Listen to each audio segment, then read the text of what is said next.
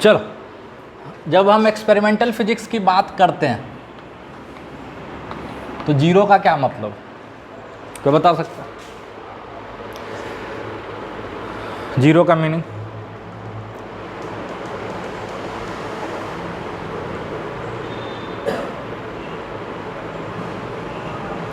कोई बोलो, ट्राई करो। जीरो का क्या मीनिंग होता है? अरे जीरो मतलब क्या है? हाँ बोलो। सर जीरो मैग्नीट्यूड को रिप्रेजेंट करता है, न्यूमरल को रिप्रेजेंट करता है, जीरो चलिए कोई बात नहीं, बैठ देखो। ठीक ठीक ठीक, बैठ जाओ। मैग्नीट्यूड जीरो है। देखो, मैथ का जीरो और फिजिक्स का जीरो थोड़ा अलग होता है। मैथ का जीरो मतलब ज़ीरो, जानते ही हो, मैथ्स में ज़ीरो होता है। फिजिक्स में ज़ीरो का मतलब होता है कि वो वैल्यू जो हमारा डिवाइस मेजर ना कर सके, वो वैल्यू जो हमारा डिवाइस मेजर ना कर सके, anything less than least count is zero. Anything less than least count of the instrument is zero. बोलोगे सर ये इंस्ट्रूमेंट का क्या है? सर थ्योरी तो इतना मस्त पढ़ा ही रहे हैं, थ्योरी से ही काम चलाते हैं। देखो, थ्योरी कितना भी सुंदर हो, अगर वो एक्सपेरिमेंट से मैच नहीं कर रहा तो थ्योरी रद्दी के भाव भी नहीं बिके। ठीक है, Einstein general theory of relativity दी है, ठीक है, लेकिन वो फेमस कब हुआ पता है? जब एक सोलर इक्लिप्स हुआ था, ठीक है, उस दौरान एक ऐसा स्टार दिखा जो कि सूरज के पीछे था, ठीक है, जो कि धरती से दिखना नहीं चाहिए था। अरे भाई, आपके पीछे मान लो ये छोटू बैठा हुआ, छोटू के पीछे तू दिख रहा है ना, क्योंकि तेरे से आने वाला लाइट रे हमको मिल रहा, बट कोई चीज़ छोटू से छोटा होता तो वो तो नहीं दिखता, क्योंकि वो लाइट छोटू से टकरा के रुक जाता। वैसे सन के पीछे अगर कोई स्टार है तो अर्थ से थोड़े दिखेगा, ठीक, लेकिन वो स्टार दिख रहा था, जो कि ये वेरीफाई कर दिया कि आइंस्टीन ने जो बोला था कि स्पेस टाइम फैब्रिक बैंड हो जाता किसी भी मैसिव ऑब्जेक्ट के अराउंड, है ना। अरे स्पेस टाइम फैब्रिक में जब कोई मैसिव ऑब्जेक्ट रखते तो वो बैंड हो जाता, जिसके कारण कर्वेचर क्रिएट होता, और लाइट भी उसी कर्वेचर के अलॉन्ग बैंड हो जाता, और यही लाइट के बेंडिंग के कारण वो स्टार दिख रहा था, है ना। तो जब तक उनकी थ्योरी सिर्फ थ्योरी थी, आइंस्टीन एक्सपेरिमेंटल फिजिसिस्ट नहीं थे, वो थ्योरेटिकल फिजिसिस्ट थे, ठीक है, वो प्योर मैथमेटिक्स से काम करते थे अपन। उन्होंने बोला ऐसे होता है तो फिर ऐसे होता है, फिर ऐसे होता है, फिर ऐसे होता होगा, ठीक है। बट जब ये एक्सपेरिमेंटली वेरीफाई हो गया तो अचानक आइंस्टीन और फेमस हो। यहाँ उन्होंने जो कहा वो सही है, मतलब स्पेस टाइम फैब्रिक के बेंड होने से ही कर्वेचर जो आया वहां से लाइट भी बेंड होता है, यानी मैसिव ऑब्जेक्ट के अराउंड लाइट बेंड हो जाता है। तो जो उनका थ्योरी था वो एक्सपेरिमेंट से मैच हो, है कि नहीं। तो थ्योरी का रिलेवेंस तभी है जब वो एक्सपेरिमेंट से मैच हो, है ना। चल, तो हम लोग अब मेजरमेंट पे बात कर रहे हैं। तो जीरो का मतलब होता है वो वैल्यू जो हमारा इंस्ट्रूमेंट मेजर ना कर सके, है ना। एनीथिंग जो हमारा इंस्ट्रूमेंट मेजर नहीं कर पा रहा वो क्या है? जीरो है। और यहीं पे एक टर्म आता है, ये चीज़ फिर से पढ़ाएंगे जब एरर पढ़ाएंगे ना लास्ट में, तो ये सब चीज़ फिर से पढ़ाएंगे, अभी बस थोड़ा सा आइडिया दे रहे हैं। एक चीज़ होता है least count of the device.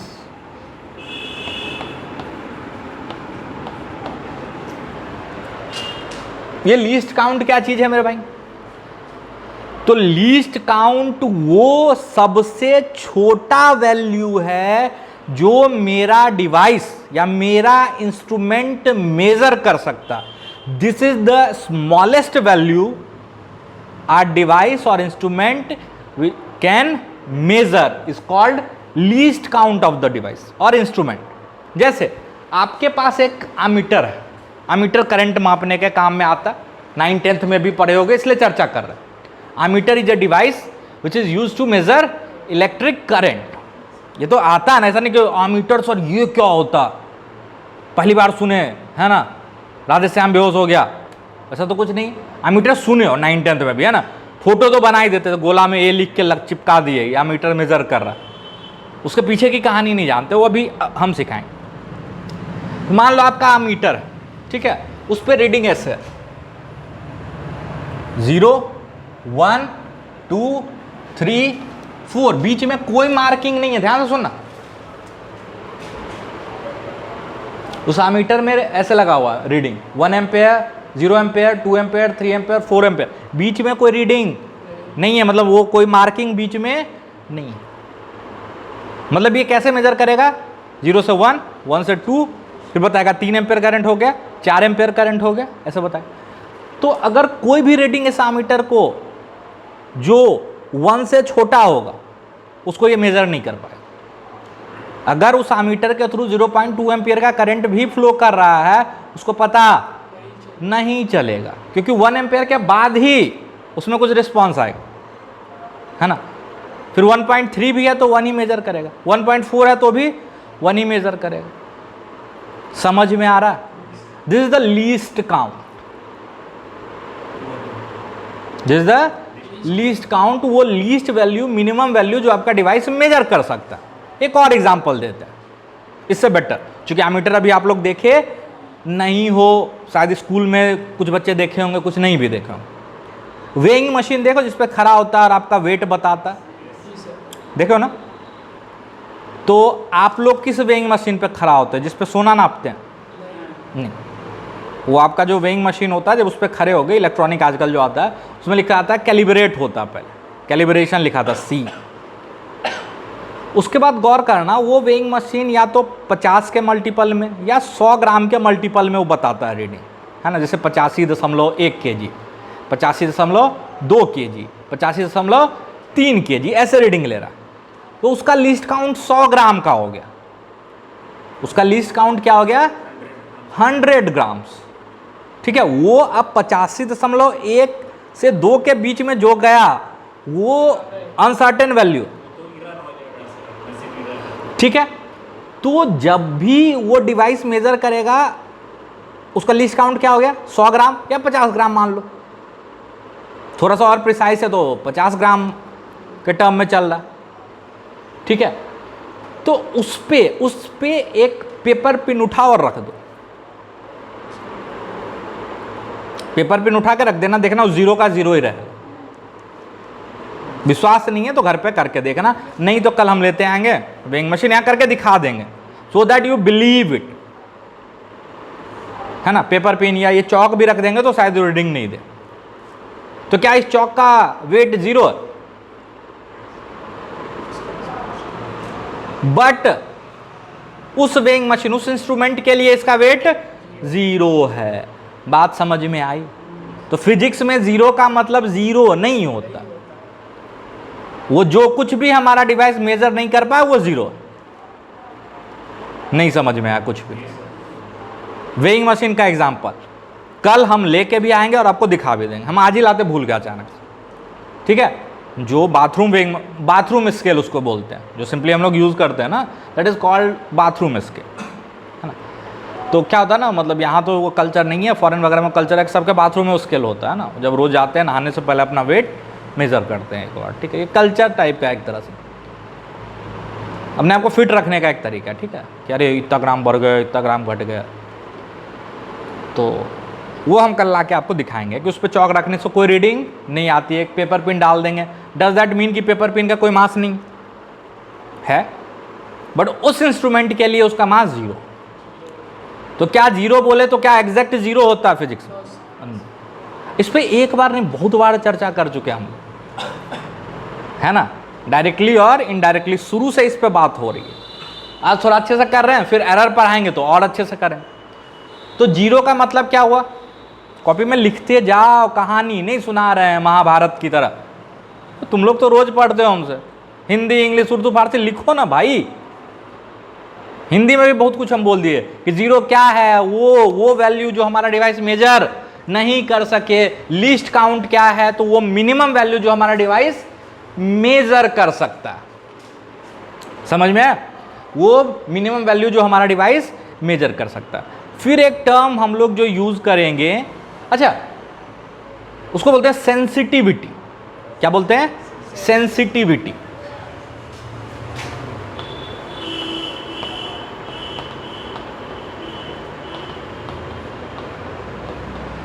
One upon list count. Sensitivity is what?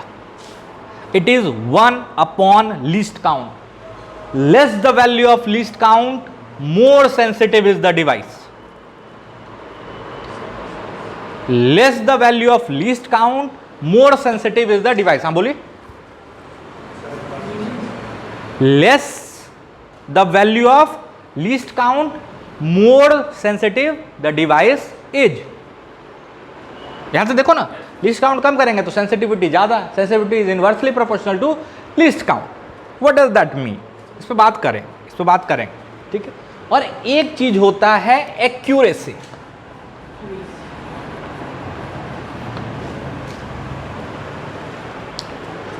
Accuracy है ना, तो एक्यूरेसी होता है कि आपका रिजल्ट एक्चुअल रिजल्ट के कितना करीब है। हाउ क्लोज योर रिजल्ट या your measurement is to the actual value या एक्चुअल मेजरमेंट, है ना, है कि नहीं? आपका जो मेजरमेंट है वो एक्चुअल वैल्यू के, एक्चुअल जो मेजरमेंट है उसके कितने करीब है ना। तो दो टर्म बार बार आएगा कि आपका डिवाइस कितना ज़्यादा सेंसिटिव है और आपका डिवाइस कितना ज़्यादा एक्यूरेट है। ठीक है, एग्जाम्पल देते हैं। जैसे इस घड़ी में ध्यान से देखो, ये सेकंड भी बताता है ना, घंटा मिनट सेकंड बताता है, घंटा मिनट सेकंड। अच्छा, सेकंड की सुई को तोड़ दे तो सिर्फ घंटा और मिनट बताएगा, सेकंड के बारे में आप नहीं बोल सकते। ठीक है, तो पहला केस में जब इसमें सेकंड का डंडा था तो इसका लीस्ट काउंट 1 सेकंड था। आप एक एक सेकंड के टर्म में बता सकते, 1 सेकंड, 2 सेकंड, 3 सेकंड, लेकिन आप मिली सेकंड में बात नहीं कर सकते हो। कर सकते हो क्या? नहीं कर सकते। तो लीस्ट काउंट क्या था? 1 सेकंड। लेकिन अगर इसी डंडे को तोड़ दो तो लीस्ट काउंट 1 मिनट हो जाए, है ना। अरे मिनट का भी उस पर मार्किंग है ना, जब यहां से यहां खिसकेगा तो बोलेंगे 1 मिनट हो। कुछ समझ में आ रहा? थोड़ा थोड़ा और समझाते। घंटा मिनट सेकंड स्टॉप वॉच, उसमें देखना मिली सेकंड भी रहता है साथ में। घंटा मिनट सेकंड मिली सेकंड, तो उसका लिस्ट काउंट, अबे स्टॉप वॉच मोबाइल में खोल लेना गधा।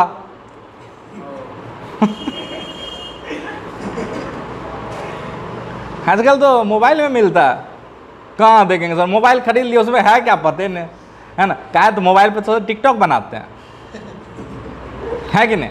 माँ की उसमें घंटा मिनट सेकंड से हमको घंटा फर्क पड़ता है कि नहीं। चल, तो सेंसिटिविटी वो और ज्यादा सेंसिटिव है ना। तो सेंसिटिविटी मतलब हुआ कि डेसिमल प्लेस के बाद कितना ज्यादा रीडिंग आ रहा है, ऐसा समझ सकते हो रफ लैंग्वेज। अभी अंतर समझ में आ जाए, अभी अंतर समझ में आ जाए। ठीक है, सेंसिटिविटी एक्यूरेसी डिफरेंट चीज है, कंफ्यूज ना हो। सेंसिटिविटी ये बताता है कि आपका डिवाइस डेसिमल के किस प्लेस तक मेजर कर सकता है ना। More the places after decimal, more the sensitive your devices, rough language में से बोल सकते हैं। और ऐसे समझ सकते हो कि जिसका लिस्ट काउंट जितना कम होगा मेरे इंस्ट्रूमेंट का, उसका सेंसिटिविटी उतना ज्यादा होगा। But that does not need to be accurate. कैसे बताते हैं? अगेन वेइंग मशीन से करते हैं थोड़ा सा काम। ठीक, मान लो इसको मेजर किए एक अच्छे वेइंग मशीन से, ठीक है, या भगवान जी आके बताए कि ये राधे श्याम, नाम भी अच्छा है, तो राधे श्याम का मास है 20 kg, 300 ग्राम और 2 मिलीग्राम। ये राधे श्याम का वजन, ठीक है, ये एक्चुअल वजन।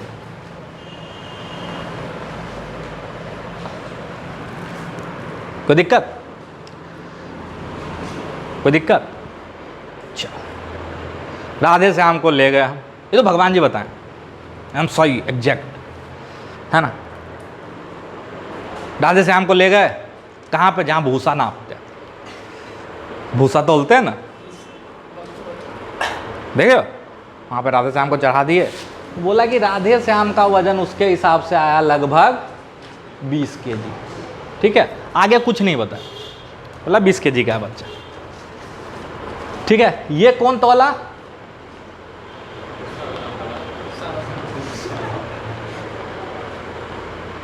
भूसा मशीन। ठीक है, चल नाम रख दिए उसका, कोई दिक्कत? अब हम अपना वेइंग मशीन लेके आए जो गलत तरीके से कैलिब्रेट किया हुआ था। ठीक है, उस पर राधे श्याम खड़ा हुआ और वो वजन बताया 15 केजी 260 ग्राम 53 मिलीग्राम। ठीक है, ठीक,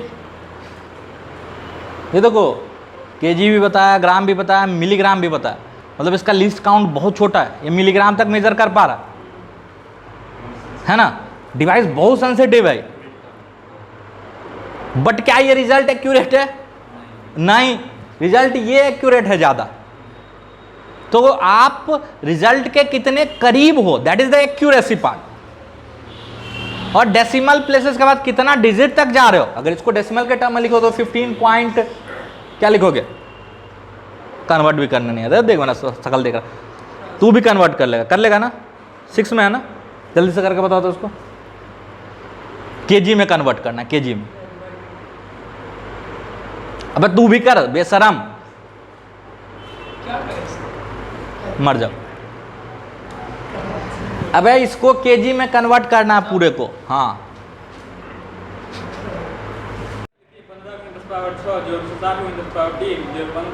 हम ही को करा, जोड़ लीजिए, समझ में आया? तो ये ज्यादा सेंसिटिव डिवाइस है, ये ज्यादा सेंसिटिव डिवाइस है लेकिन एक्यूरेट नहीं है।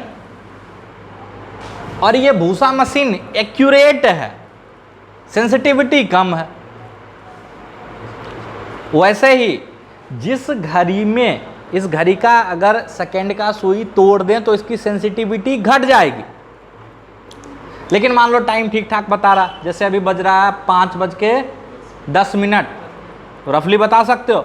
लेकिन एक घड़ी है जिसमें मिली सेकेंड का भी एक कांटा है, ठीक है, लेकिन वो बता रहा है 4:26। अब तो पाकिस्तान का टाइम बता रहा, हाँ, आधा घंटा आगे पीछे या शायद आगे होगा वहाँ का, पता नहीं हम एग्जैक्ट, हमको कोई ज़्यादा इंटरेस्ट है नहीं वहाँ जाने में। ठीक तो भाई वो एक्यूरेट तो है नहीं, वो एक्यूरेट तो है नहीं। अब देखेगा पाकिस्तान में तो क्या कर लेगा मेरा, देख ले, हाँ ना भाई, तू लोग भी पढ़ लिख ले, है कि नहीं, थोड़ा सेंसिटिव बन जा, इंग्लिश वाला सेंसिटिव, फिजिक्स वाला नहीं, है कि नहीं? चलो, अपन डरते थोड़े हैं किसी से, चल सही बात बोलने में क्या डर, जब तक आप सही हो आपको किसी से नहीं डरना चाहिए। एक चीज़ लाइफ में याद रखना, ये मेरा फंडा, ठीक है, अगर आप सही हो तो आपको किसी से नहीं डरना चाहिए, किसी के सामने झुकने की ज़रूरत नहीं है, चाहे वो कोई हो। बाबूजी के सामने ट्राई मत करिए, ठीक है?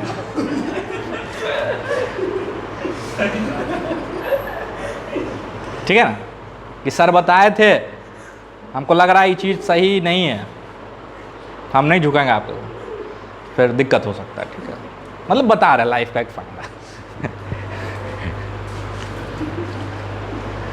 तो घर पे ट्राई, अपने रिस्क पे कर। तो यहाँ पे क्या क्या सीख लिए, जीरो क्या होता है फिजिक्स में, अगला चीज लीस्ट काउंट क्या होता है, उसके बाद सेंसिटिविटी क्या होती है, उसके बाद एक्यूरेसी क्या होती है। ठीक है, तो ये मोर और लेस अपना थोड़ा सा आइडिया आ जाएगा यहाँ से, कोई दिक्कत? अब हम लोग स्टार्ट करते हैं गैल्वेनोमीटर, यहाँ तक लिख लो अच्छे से। चल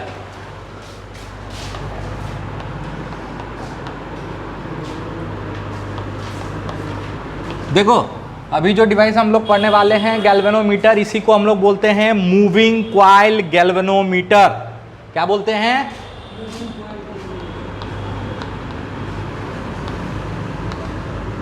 लेकिन अभी अपना सिर्फ गैल्वेनोमीटर बोलने से भी काम,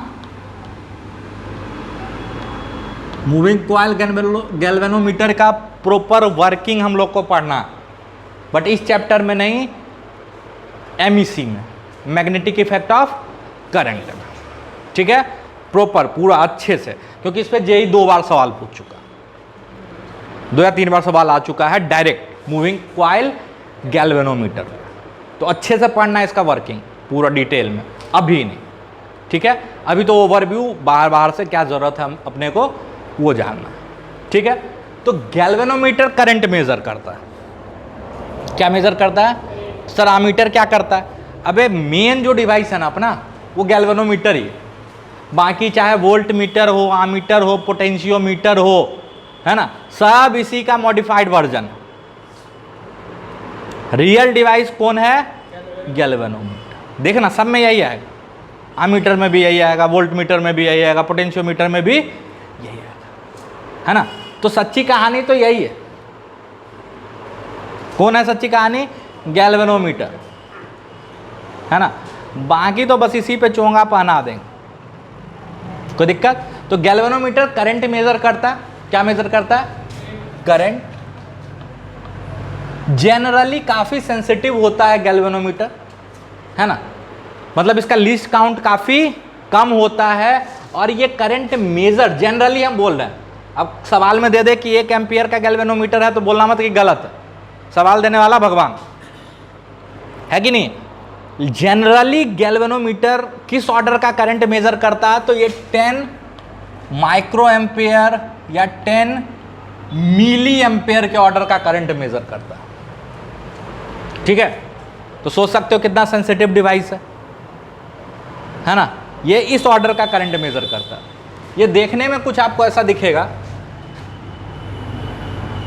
ये सब डायल लगा होगा, ठीक है। जनरली बोलना है, अगर कोई गैल्वेनोमीटर का 0 यहाँ है तो ये मत बोलना हो गलत, ठीक है। जनरली गैल्वेनोमीटर ऐसा होता है कि इसका 0 यहाँ हो, ठीक है। इससे फायदा क्या होता है कि जब ये करंट का डायरेक्शन भी बता देता है। जब ऐसे करंट डालोगे, मतलब ये प्लस और ये माइनस, तो ये इधर डिफ्लेक्ट होगा, ठीक है। मान लेते हैं I1 करंट डालें, ठीक है, और ये कुछ ऐसे डिफ्लेक्ट हो गया थीटा 1, ठीक। तो हम लोग आगे पढ़ेंगे कि ये जो थीटा 1 है वो करंट के डायरेक्टली प्रोपोर्शनल होता है, मतलब more the current more the deflection, more the current more the deflection. इसका प्रूफ हम लोग एमईसी में पढ़ेंगे, जहां पे बोलेंगे moving coil galvanometer,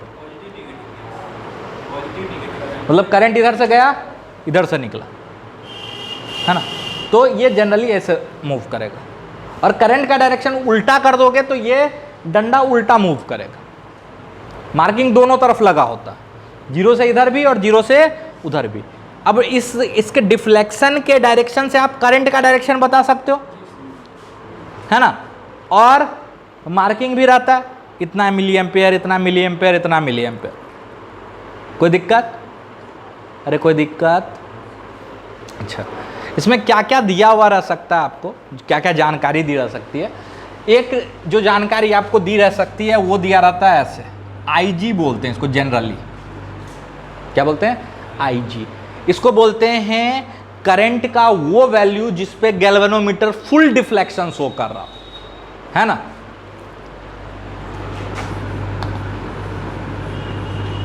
value of current for full deflection, FSD भी बोलते हैं, फुल स्केल डिफ्लेक्शन, ठीक है। तो वो मैक्सिमम करंट है जिस पे गैल्वेनोमीटर फुल डिफ्लेक्शन शो कर रहा है। सर इससे ज़्यादा करंट देंगे तो जनरली डिवाइस आपका बर्बाद हो जाता है, ख़राब हो जाता है, क्योंकि चूंकि ये काफ़ी सेंसिटिव होता है तो छोटा सा करंट भी मेज़र ये कर लेता है, ठीक है। लेकिन अब क्या होता है ना, इसमें कॉइल होता है, वो मूव करता है, ऐसे घूमता है, इसलिए इसको बोलते हैं मूविंग कॉइल। उससे ज़्यादा देखो तो ट्विस्ट हो जाएगा ज़्यादा, तो जनरली अंदर का तारवार ब्रेक हो जाता है ना, या इतना ज़्यादा वो घूम जाता है कि वो अपने इलास्टिक लिमिट को क्रॉस कर जाता है, तो फिर ये डिवाइस ख़राब हो जाता है या टूट जाता है ना। तो जो मैक्सिमम करंट का रेटिंग रहता है उससे ज़्यादा करंट हमको नहीं डालना चाहिए। बाकी आप लोग, हम लोग कॉलेज में खूब गैल्वेनोमीटर आमीटर उड़ाए हैं, ठीक है, बट फाइन देना पड़ता था, है कि नहीं। उसमें लिखा रहा है इतना मिली एम्पेयर, तो जान के एक रेसिस्टेंस बॉक्स होता है, ठीक है, उससे आने वाला करंट आप थोड़ा रेसिस्टेंस बढ़ा के करंट कम कर सकते हो। हम लोग रेसिस्टेंस पूरा खाली कर देते थे बॉक्स में, ठीक है, एकदम कम रेसिस्टेंस, तगड़ा करंट, धुआं निकल गया। अबे कौन क्या। अब इसमें करते क्या थे हम लोग, रेसिस्टेंस बॉक्स पे की लगा होता है, जो की निकालोगे वो रेसिस्टेंस आ जा वहाँ में इंट्रोड्यूस हो जाता है। हम लोग वो जो की निकाल देता था आके टीचर, ये की निकाल कर रख के गया, हम लोग सारा की लगा देते थे, फिर रेसिस्टेंस हो जाता था कम, धमाका, है ना। पोटेंशियोमीटर का वायर खूब तोड़े, वो भी कहानी कभी सुनाए, बट हाँ आमीटर और गैल्वेनोमीटर खूब ख़राब किए। तो आप लोग भी करोगे ये, हम मतलब ऐसा नहीं कि हम ही बदमाश थे, वो सब करता है, थोड़ा सा इंटरेस्ट होता है। पहली बार जनरली स्कूलों में छूने देता नहीं है डिवाइस, है ना। अच्छे स्कूलों में भी वो टीचर ही करके दिखाएगा, और कॉलेज में जाओगे फर्स्ट ईयर में तो सब कुछ आपको करना होता है, रीडिंग खुद लिखनी होती है। तो भाई वो क्या बोलते हैं, बंदर के हाथ में आईना लग जाए, है कि नहीं, तो कुछ ना कुछ तो होगा। सब ऐसा ही बंदर होता है। आज हम ऐसे ऑथोरिटी के साथ बात कर रहे हैं आपसे, है ना, मैच्योरिटी के साथ। उस समय हम भी आप ही लोग के जैसे होते हैं ना, स्कूल से छूटे हुए बंदर, है कि नहीं। तो धमाका वमाका करना कॉलेज में, है ना, तो वो सब कोई बड़ी बात नहीं। फाइन भी लगेगा तो एक का नहीं लगता, जनरली आपके ग्रुप में अगर 4 है तो चारों को फाइन देना पड़ेगा, है ना। पोटेंशियोमीटर जैसे सब यूज करता था, तो पोटेंशियोमीटर का वायर उखाड़ दिए तो 1000 रुपया फाइन सब में बट गया, है ना।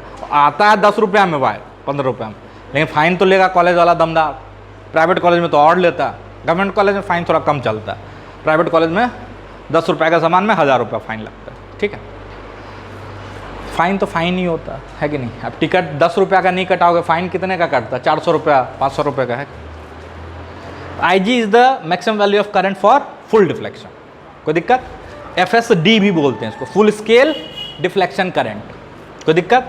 एक दिया रहता है RG, ये है रेसिस्टेंस ऑफ गैल्वेनोमीटर। क्या है, रेसिस्टेंस ऑफ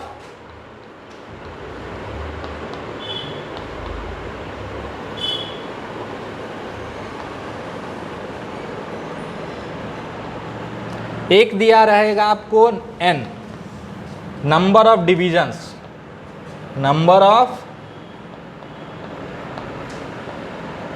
डिविजन्स या कितना डिवीजन बना हुआ, ठीक है। और एक दिया रहेगा लीस्ट काउंट।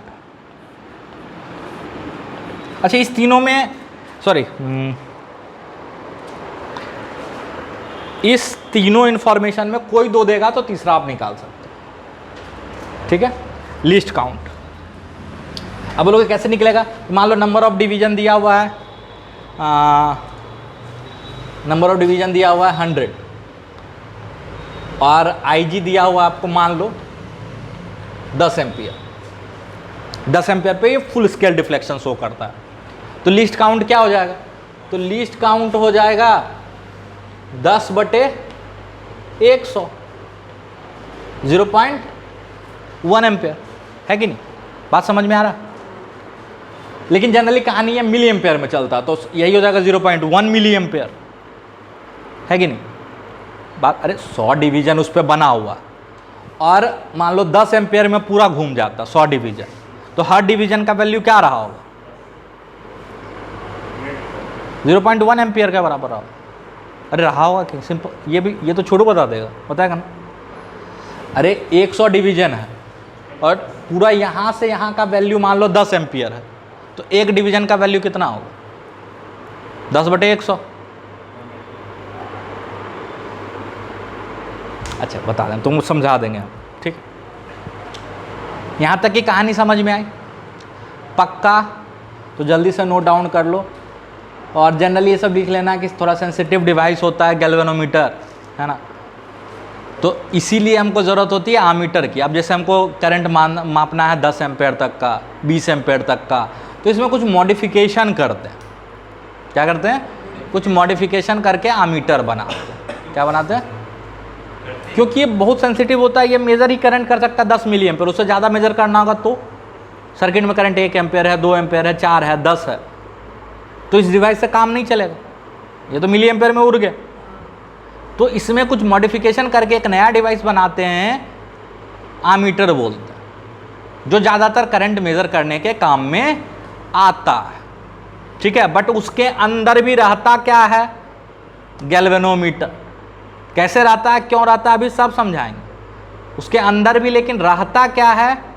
गैल्वेनोमीटर। हाँ बोल ना, तू परेशान क्यों हो रहा? पक्का? तो यहाँ तक की बातों को नोट करो, फिर आगे चलते हैं एमीटर।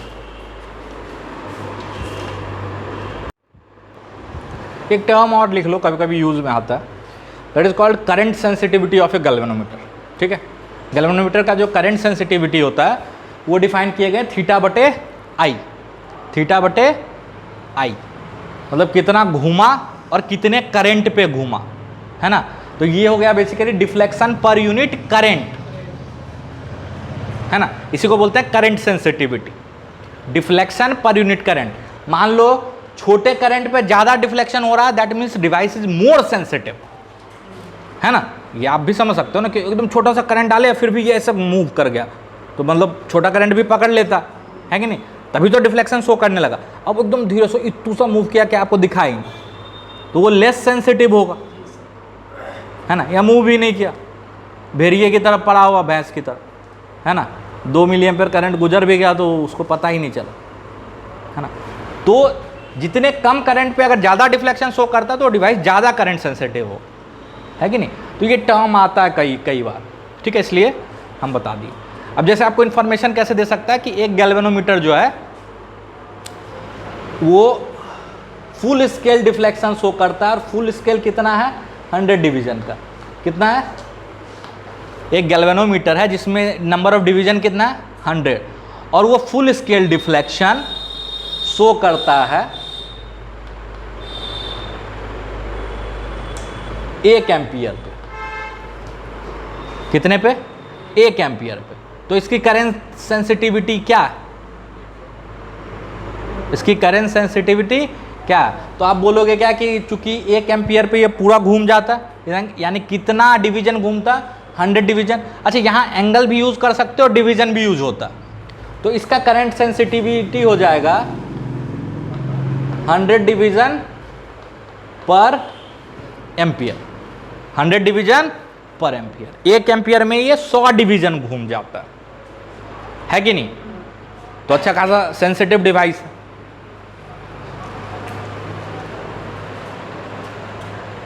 मिली एम्पेयर में घूमता, अगर मान लो IG 1 मिली एम्पेयर लिखा होता तो सेंसिटिविटी हो जाता 100 डिवीजन पर मिली एम्पियर। तो वो ज़्यादा सेंसिटिव होता कि कम? ज़्यादा। हाँ, मिली एम्पेयर में ही 100 डिवीजन घूम लेता है कि नहीं। चलो, उसको कन्वर्ट भी कर सकते हो ना एम्पियर में। कैसे? मिली एम्पियर को लिख सकते हो 10⁻³ एम्पियर, तो ऊपर चला जाएगा तो वो 1000 टाइम्स हो जाएगा, है कि नहीं। तो यहाँ तक, हाँ, मिली मतलब 1000 ही होता है, वो तो 100 है ना। मिली मतलब 10⁻³ होता है, मिली मतलब ये होता है ना, पक्का ना। क्या? अब माइक्रो मतलब, हाँ चलो, हमको लगा हम ही गलत। केजी मतलब किलो मतलब, हाँ, तो ये सब पता होना चाहिए, ठीक है। कभी कभी आप ऐसा बिहेव करते हो तो सब पता नहीं है आपको। नैनो मतलब मेगा,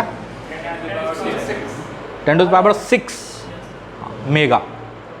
गीगा 9, ठीक है, वो ज़रूरत है, लेकिन ये सब यूज हो जाता है ज़्यादा, है ना। ये पता होना चाहिए, मिली, माइक्रो, नैनो, और इधर किलो, मेगा, गीगा। जीगा नहीं होता बे, गीगा होता है, ठीक है। नहीं कोई बात नहीं, कुछ लोग बोलते हैं जैसे जायरोस्कोप को कुछ लोग गायरोस्कोप बोलते हैं। क्या? पिको, फेम्टो, ऑटो बहुत है, लेकिन ये सब जनरल है, ये जो सबको पता होना चाहिए, ठीक है। होता तो पिको, फेमटो, ऑटो, अब एचसी वर्मा में खोल के देख लेना, सब मिल जाएगा, ठीक है। बट ये जो एकदम जनरल है वो पता होना चाहिए। मिली, माइक्रो, है ना, मिली को एम से डिनोट करते हैं, माइक्रो को ऐसे म्यू से डिनोट करते हैं, नैनो को स्मॉल एन से डिनोट करते हैं, किलो को ये से डिनोट करते हैं, गीगा को जी से डिनोट करते हैं। तो ये सब तो आना चाहिए ना, ये सब तो बेसिक है। इतने दिन में पता नहीं था? हो, हमको भी नहीं पता चला कि आपको पता नहीं था।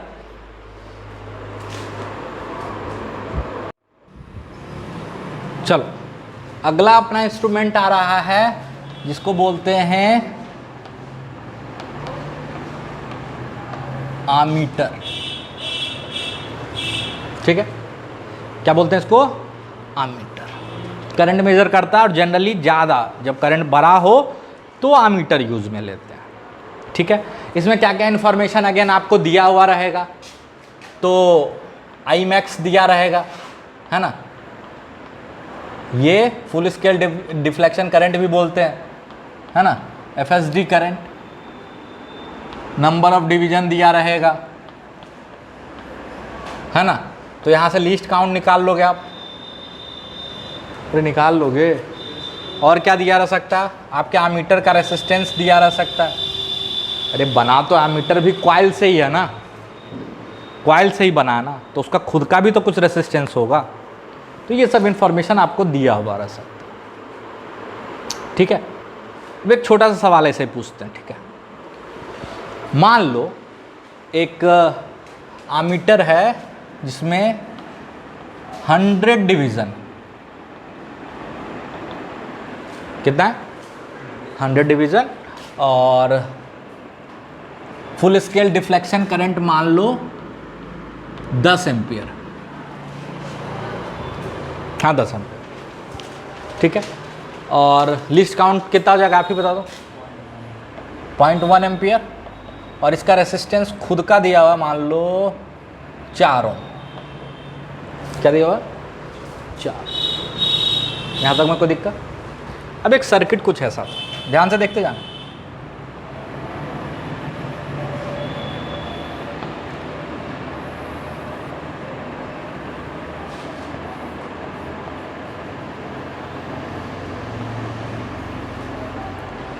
ईएमएफ की बैटरी है मान लो 32 वोल्ट, ठीक है, और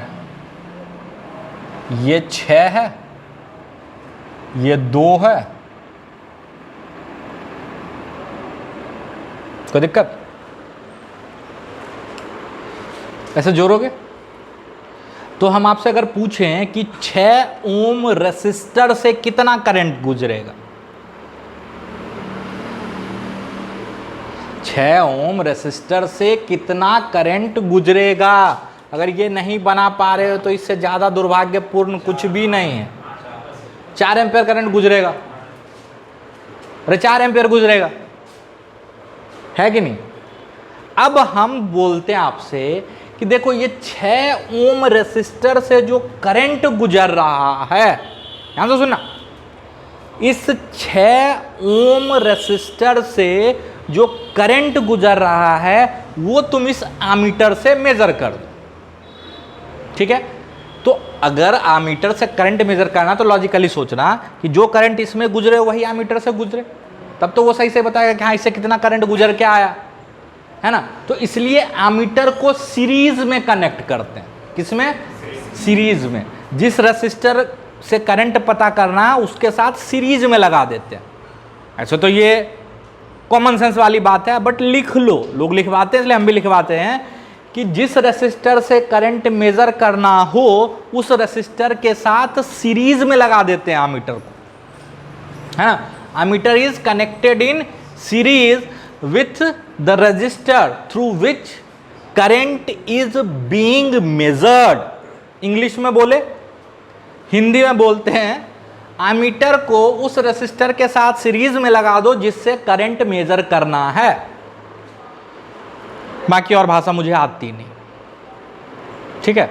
तो दोनों में से आपको जो अच्छा लगे दोनों में से कोई लिख लो, फर्क नहीं पड़ता। चलो, आमीटर उठाए, लगा दिया, तो ये हो गया आपका 6 ओम,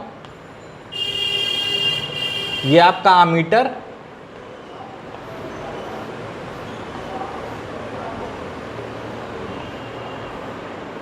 बत्तीस 2 और आमीटर का रेसिस्टेंस कितना है 4 ओम, 4 है ना, ठीक। अब मेरा सवाल है आमीटर क्या रीडिंग बता रहा, what is the reading of ammeter, what is the reading of ammeter.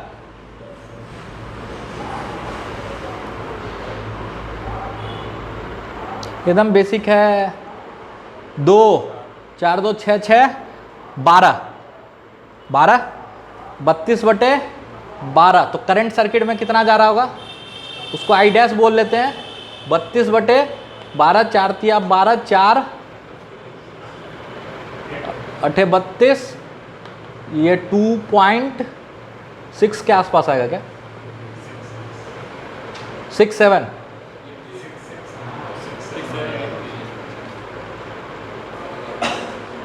सही है ना,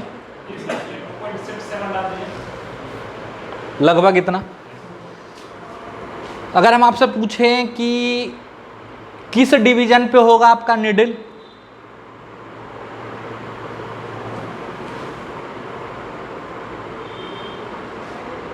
अब एक डिवीजन 0.1 के बराबर है, तो किस डिवीजन पे होगा, 0.1 से डिवाइड कर दो तो 27वें डिवीजन पे होगा। नहीं समझ में आया, अबे हर डिवीजन का वैल्यू क्या है 0.1, उसी को तो लीस्ट काउंट बोलते हैं, तो 2.7 कहाँ पे शो करेगा, 27वें डिवीजन पे, क्योंकि टोटल 100 डिवीजन है, और 100 डिवीजन किसके लिए बटा हुआ, 10 एम्पियर के लिए। कुछ ना बुझा रिया, बुझा रिया, चल तो 27वां डिवीजन होगा, यानी आमीटर करंट शो कर रहा है 2.7 एम्पियर। मेरा पहला सवाल, क्या आमीटर गलत रीडिंग बता रहा है, मेरा पहला सवाल, क्या आमीटर गलत रीडिंग बता रहा है। अगर हम पूछें कि 6 ओम रेसिस्टर से कितना करंट था, हम इस आमीटर से मेजर किए, है ना, तो मेरा रीडिंग आया 2.7, जबकि अगर उस सर्किट से मैं कैलकुलेट करें सर्किट थ्योरी से तो आ रहा है 4, तो मतलब ये गलत रीडिंग दे रहा। तो ध्यान से सुनो, ये गलत रीडिंग नहीं दे रहा। जब आमीटर कनेक्ट किए तो एक्चुअली 6 ओम से यही करंट गुजर रहा। Ammeter is not a faulty device here, ये फॉल्टी आमीटर नहीं है। कुछ बच्चे सोचते सर आमीटर गड़बड़, ये आमीटर गड़बड़ है, ये आमीटर गड़बड़ नहीं है, बट आमीटर का खुद का भी तो रेसिस्टेंस था, और उस एमीटर के आने के कारण सर्किट का करंट ही कम हो गया, है ना। तो आमीटर इज नॉट फॉल्टी। कोई पूछ लेता सवाल छोटा सा, बना दिया सर्किट दोनों और बोला कि आमीटर फॉल्टी है ना, बच्चा बोलता हाँ फॉल्टी है, गलत बता रहा है। अभी हम निकाले 4 एम्पियर, ये बता रहा है 2.7 एम्पियर। अबे नहीं फॉल्टी है। ये कब फॉल्टी होता पता, जब ये 4 एम्पियर बता रहा होता, या 2.7 छोड़ के कुछ और बता रहा होता, तब ये फॉल्टी होता। नहीं समझ में आ रहा। अबे यहां एक्चुअली 6 ओम से करंट यही है 2.7, समझ में आ रहा है। तो this ammeter is not a faulty ammeter. समझ में आया, ये सही बता रहा भाई साहब, यहां 6 ओम से इतना ही करंट है, तो ये फॉल्टी एमीटर नहीं। लेकिन होता क्या है कि कई बार मेजरमेंट के दौरान इंस्ट्रूमेंट खुद एरर इंट्रोड्यूस कर देता है, इंस्ट्रूमेंट खुद एरर इंट्रोड्यूस कर देता है। जैसे एक छोटा सा लिक्विड ड्रॉप था, कैसा था, छोटा सा लिक्विड ड्रॉप था जिसका कुछ टेम्परेचर था। इसको मेजर करने के लिए मोटा सा थर्मामीटर इसमें डाल, है ना, मोटा सा एकदम बड़ा सा,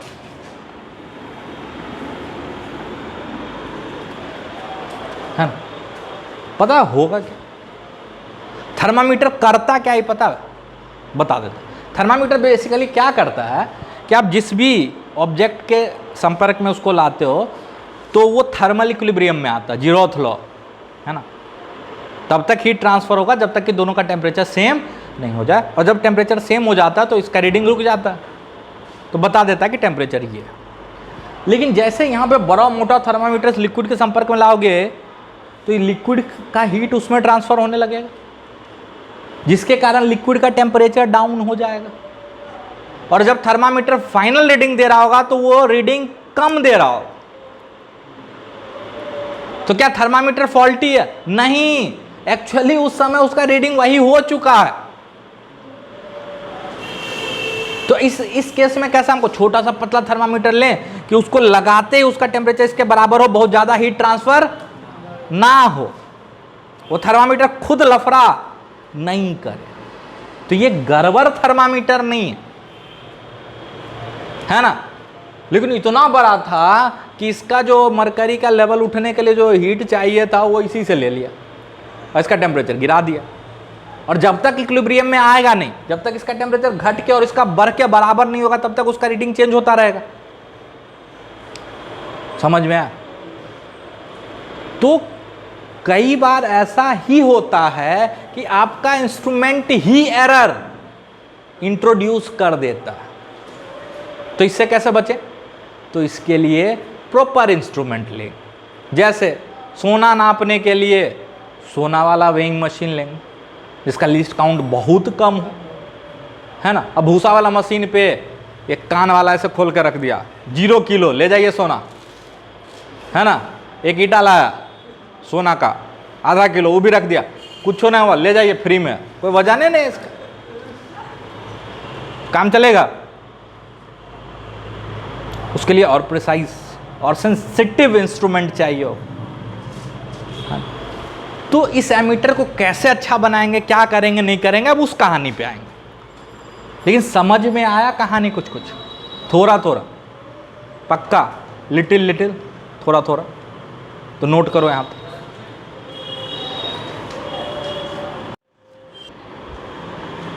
चल, अब एमीटर कैसे बनाते हैं? तो बेसिकली क्या करते हैं, एक गैल्वेनोमीटर ले लिए जिसका खुद का रेसिस्टेंस क्या था, Rg, ठीक है। इसके साथ पैरेलल में एक रेसिस्टेंस जोड़ देते हैं जिसको हम लोग बोलते हैं शंट। क्या बोलते हैं? Shunt resistance, SHUNT, shunt. क्या बोलते हैं? शंट। कोई दिक्कत? गैल्वेनोमीटर बहुत छोटा करंट मेजर करता है, मतलब इससे ज़्यादा करंट गुजरना नहीं चाहिए। कोई दिक्कत? अरे हाँ ना बोलते जाओ। अच्छा,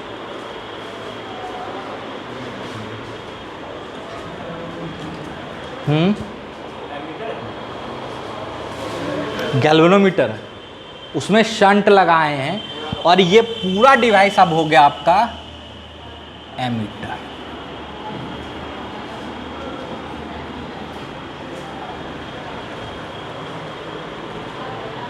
ठीक है, जो पूरा डिवाइस एक बना उसको बोलते हैं एमीटर।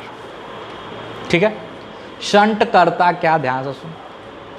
मानो इसमें आई करंट गया, इसमें I1 गया और इसमें I2 गया।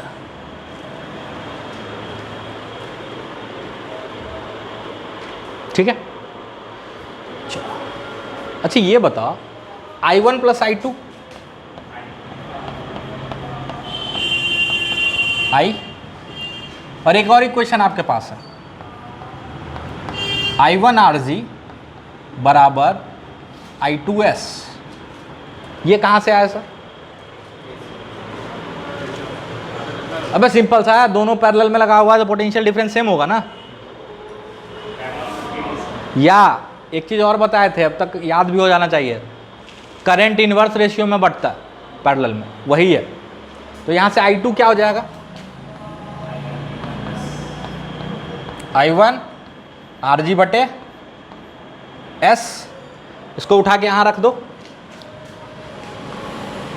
तो यहां क्या हो जाएगा, I1 इंटू 1 प्लस RG बटे S बराबर I।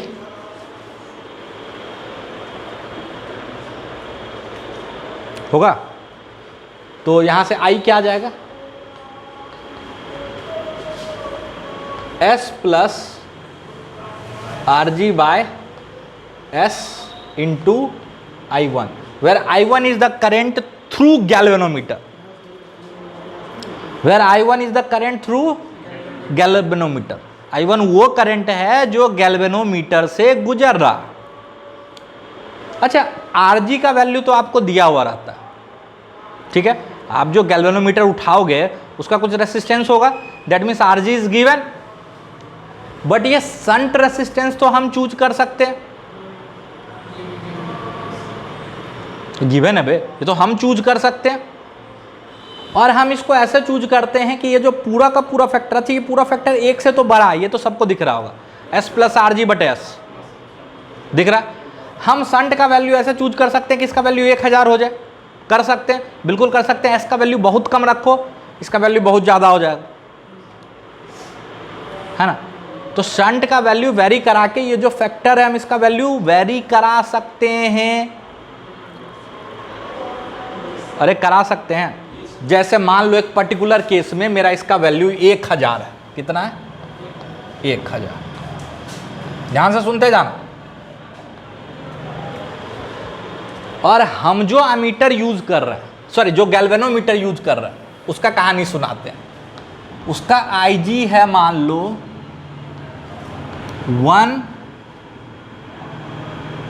10 मिली एम्पियर, ठीक है, मतलब 10 मिली एम्पियर से ज्यादा करंट उससे नहीं गुजरता है, यानी 10 मिली एम्पियर पे फुल डिफ्लेक्शन शो करता है, 10 मिली एम्पियर पे फुल डिफ्लेक्शन शो करता है। और नंबर ऑफ डिवीजन इसका है 100, नंबर ऑफ डिवीजन क्या है, 100, हाँ ना बोलते जा, ठीक। देखो शंट असल में सुरक्षा करता है गैल्वेनोमीटर का, कैसे करता है सब समझ में आ जाए, और कैसे ज़्यादा करंट हम पास करा पाते हैं, ठीक। अच्छा मान लो इसका वैल्यू 1000 हम कर दिए, S upon S plus RG बटे S का वैल्यू हम कितना कर दिए, 1000 कर दिए। और उस समय गैल्वेनोमीटर से जो करंट गुजर रहा है उस समय, at that time, at any time, मान लो गैल्वेनोमीटर से जो करंट गुजर रहा है गैल्वेनोमीटर से, वो है 2 मिली एम्पियर।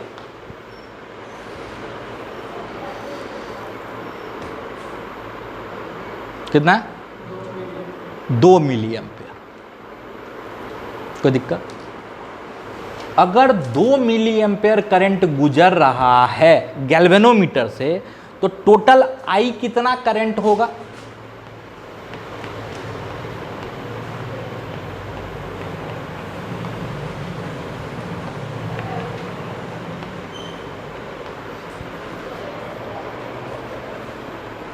टू एम्पियर होगा। मतलब जब सर्किट में 2 एम्पियर करंट इंटर करेगा तो गैल्वेनोमीटर से मात्र कितना करंट इंटर करेगा, 2 मिली एम्पियर। अच्छा, गैल्वेनोमीटर कहां तक मेजर कर सकता है, 10 मिली एम्पियर, उससे ज़्यादा करंट अगर उसमें गया तो गया, तो 2 मिली एम्पियर में कोई दिक्कत है नहीं। लेकिन उस समय एक्चुअली सर्किट में कितना करंट, यानी एमीटर में कितना करंट इंटर किया था, 2 एम्पियर।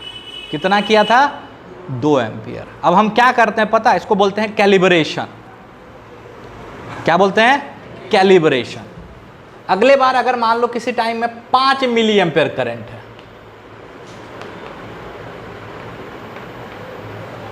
तो असल में कितना करंट है, 5 एम्पियर, है ना। मतलब जब गैल्वेनोमीटर मेरा 2 मिली एम्पियर रीड करेगा तो हमको क्या मान के चलना चाहिए, आमीटर से कितना करंट है, 2 एम्पियर। जब मेरा गैल्वेनोमीटर 5 मिली एम्पियर रीड कर रहा तो आमीटर से कितना करंट है, समझ लो 5। अब क्या करता पता है, इरेजर लिया, पूरा मिटा दिया रीडिंग, ठीक है, इरेजर लिया, पूरा रीडिंग मिटा दिया, ठीक। जहां जहां मिली एम्पियर लिखा हुआ था वहां वहां एम्पियर लगा दिया। क्या लगा दिया, एम्पियर, और बना दिया क्या बना दिया, आमीटर। बन गया आमीटर, अरे बन गया आमीटर, क्योंकि आप हर बार ये फैक्टर आपको दे देगा, फिर मिली एम्पियर में पता होगा, फैक्टर से गुना करके रीडिंग बताओगे, है ना। ये सारा काम कंपनी वाला खुद कर लेता है ना। वो बोला कि जब मेरा गैल्वेनोमीटर 2 मिली एम्पियर रीड करा था तो मिली को उड़ा दो, लो खनोच दो, जहां जहां मिली था सबको उड़ा दो। नहीं समझ में आया। अबे तेरा वेइंग मशीन किसको लगता है कि तुम्हारा मास मेजर करता है, वो वेट मेजर करता है, याद करो। बट क्या वो दिखाता है कि राधे श्याम 200 न्यूटन का है, क्या दिखाता, 200/10 यानी 20 kg दिखाता, 20 kg का है ना, 20 kg दिखाता। कैसे, तो वो ऐसे ही कैलिब्रेट किया गया है कि जब 200 न्यूटन आए तो उसको 10 से डिवाइड करके रीडिंग शो करो, वही काम यहां होता है, इसी को कैलिब्रेशन बोलते हैं। कुछ समझ में आ रहा है कि कुछ नहीं आ रहा, कुछ कुछ आ रहा है। अच्छा, और कुछ कुछ इंपॉर्टेंट बात करते हैं। ये पैरेलल में जुड़ा हुआ, जब भी 2 रेसिस्टेंस को पैरेलल में जोड़ते हो, अच्छा यहां पे हम क्या बोले, शंट को छोटा रखो, छोटा रखो, छोटा रखो, है ना। शंट जितना छोटा होगा वो फैक्टर उतना ज्यादा होगा कि नहीं हो। मान लो किसी समय ये फैक्टर हम 2000 बना दिए तो वो सारा चीज डबल डबल डबल आएगा, ये तो कर लोगे ना, ये तो सिंपल सा फंडा। अब कुछ इंपॉर्टेंट बात बता, जब 2 रेसिस्टेंस को पैरेलल में जोड़ा जाता है ना तो उसका जो इक्विवेलेंट रेसिस्टेंस आता है वो दोनों से छोटा होता है। ये चीज तब भी बताए थे, मतलब यहां शंट खुद बहुत छोटा, लेकिन शंट और गैल्वेनोमीटर का जो इक्विवेलेंट आएगा वो दोनों के रेसिस्टेंस से छोटा होगा। एक और फायदा मिल गया, आपके आमीटर का खुद का रेसिस्टेंस कम हो जाएगा, अरे है ना।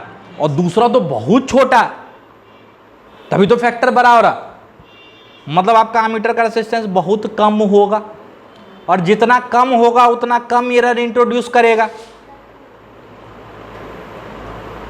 कुछ नहीं समझ में आ, अरे आ रहा है। तो यहां पे आइडियल आमीटर एक टर्म आता है, क्या टर्म आता है, आइडियल आमीटर। उसको हम 2 तरीके से समझाएंगे, कितने से, 2 से। एक जो किताबों में रहता है, एक थोड़ा सा एडवांस लेवल, ठीक है। अच्छा एक चीज यहां बताना भूल गए, आमीटर जनरली ऐसा बना होता है, थोड़ा गैल्वेनोमीटर से अलग दिखता है। उसमें क्या करता है ना, निडिल यहां 0 पे दिखाता है। इसका एक फायदा होता है, इसका फायदा होता है कि इसका रेंज डबल हो जाता है। अरे बीच से होता तो 10 या 100 इधर 100 इधर, अब ये पूरा कितना शो कर सकता है, 200, तो इसका रीडिंग डबल हो जाता है।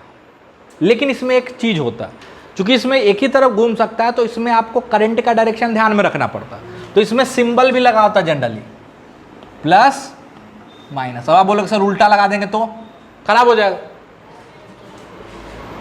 तो इसमें पोलरिटी दिया हुआ रहता जनरली।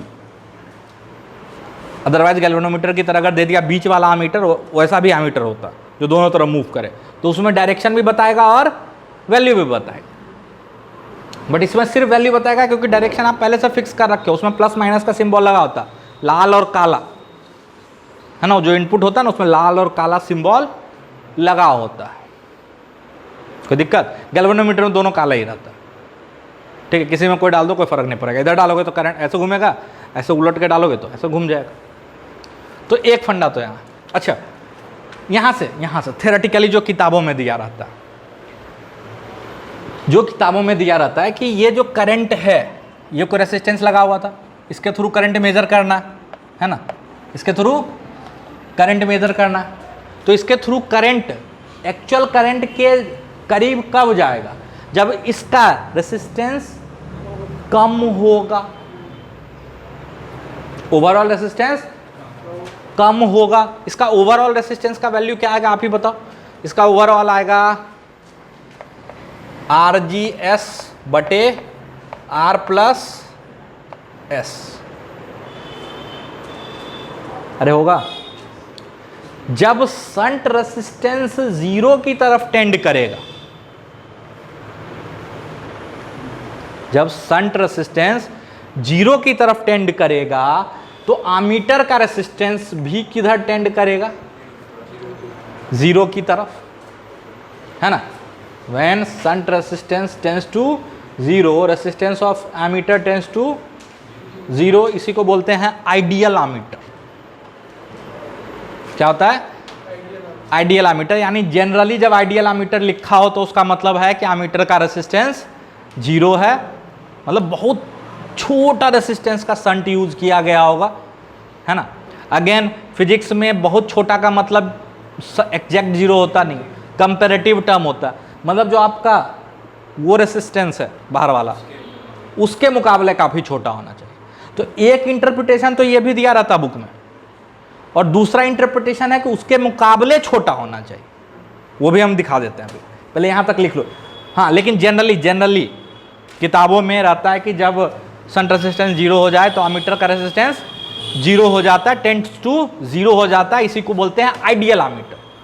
और एक होता है नॉन आइडियल आमीटर, जिसका रेसिस्टेंस बड़ा हो, है ना, जो आपका सर्किट में अच्छा खासा एरर दे दे, जैसे अभी था। तो नॉन आइडियल आमीटर का मतलब फॉल्टी आमीटर कतई नहीं होता। अभी जो हम यूज किए थे वो मेरे सर्किट के लिए नॉन आइडियल आमीटर था, क्योंकि वो 4 एम्पियर के करंट को बदल के 2.7 कर दिया, लेकिन मेजर 2.7 ही कर रहा था वो। तो that was not a faulty ammeter. तो non ideal ammeter is not a faulty ammeter. Non ideal ammeter is basically that ammeter which is not appropriate for that circuit. अरे जहां सर्किट में हम मिली में और माइक्रो में करंट मेजर कर रहे हैं, और वहां पे एक ऐसा आमीटर लगा दिए जो 1 एम्पियर के बाद डंडा ही हिलता है उसका, मिली माइक्रो में करंट उससे निकल जाएगा, वो ऐसे कहेगा कुछ नहीं हुआ। हुआ क्या? अब भैंस सोया रहता, उसको उसके शरीर पर मच्छी बैठता, क्या फर्क पड़ता है ना। मच्छी के लिए उसकी सेंसिटिविटी कुछ नहीं है। अब खींच के एक लाठी मारो उसी भैंस को, तब उठेगा, है। तो उसकी सेंसिटिविटी ज़्यादा जब है कि नहीं? सेंसिटिविटी ज़्यादा कि कम? कम, है ना। अबे भैंस का लाठी और तुम लोग के लिए जो लाठी है एक थोड़ी भी होता है।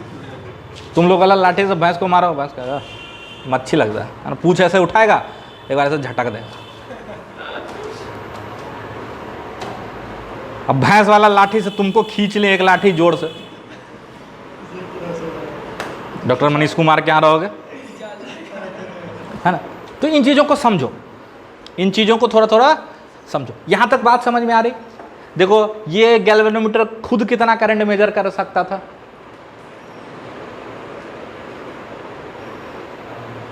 मिली एम्पेयर में कर पा रहा था, 10 मिली एम्पेयर था। इसमें थोड़ा सा मॉडिफिकेशन कर दिए तो अब ये एम्पियर में मेजर कर सकता है। मिली और एम्पियर में अंतर है, 1000 गुना का अंतर है।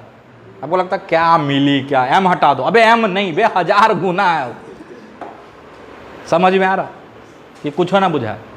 तो ये सब ये क्वेश्चन आ सकता है बोर्ड में। बोर्ड में काफ़ी इंपॉर्टेंट है ना, कि ये कैसे बनाते हैं आमीटर, कैसे बनाते हैं वोल्ट मीटर, है कि नहीं है।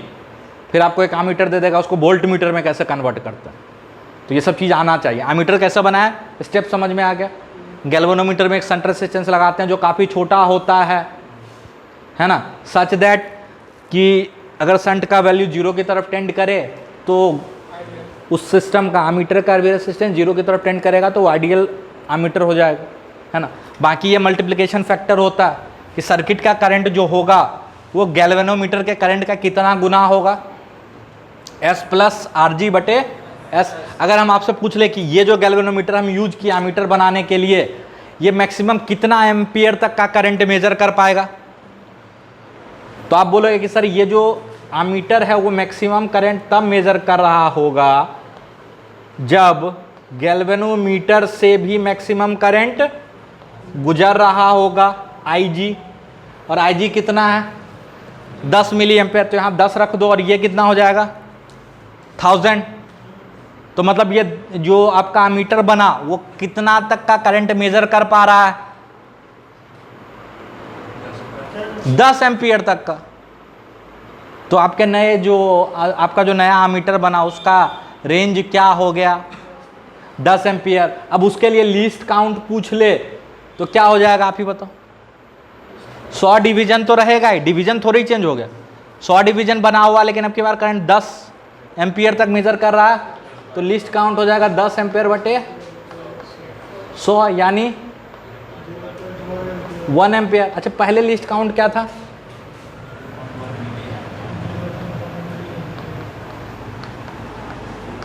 मतलब लिस्ट काउंट बढ़ा कि घटा, ध्यान से सुनते जाना। लिस्ट काउंट बढ़ गया, अबे पहले बहुत कम था लिस्ट काउंट, अब बहुत ज्यादा लिस्ट काउंट है, तो सेंसिटिविटी कम हो गई। सेंसिटिविटी कम हो गई।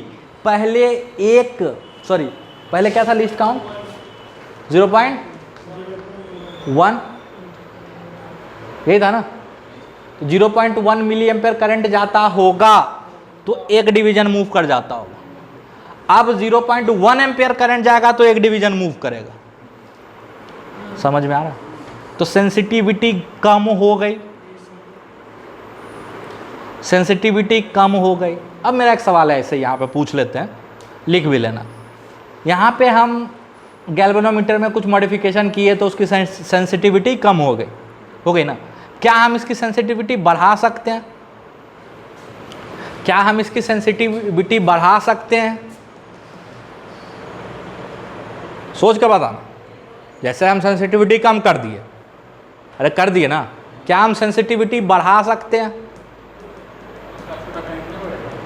बिल्कुल नहीं, सेंसिटिविटी कभी नहीं बढ़ सकती। सेंसिटिविटी बढ़ाने का क्या मतलब है समझो। सेंसिटिविटी बढ़ाने का मतलब है कि आपके पास एक घड़ी है जिसमें घंटा मिनट सेकंड का सुई है, क्या वो मिली सेकंड बताना शुरू करेगा? नहीं, मैन्युफैक्चरिंग में चेंज करना पड़ेगा, है ना, उसका मैन्युफैक्चरिंग चेंज करना पड़ेगा। लेकिन इसकी सेंसिटिविटी हम घटा सकते हैं। कैसे?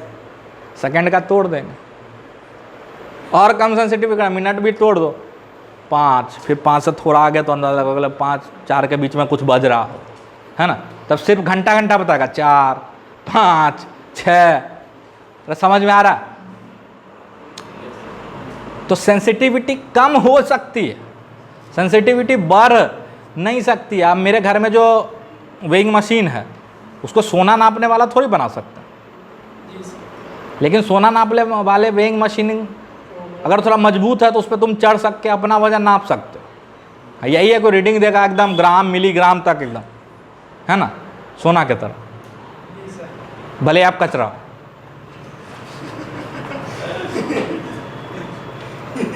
है कि नहीं, लेकिन वजन तो सोना की तरह देगा।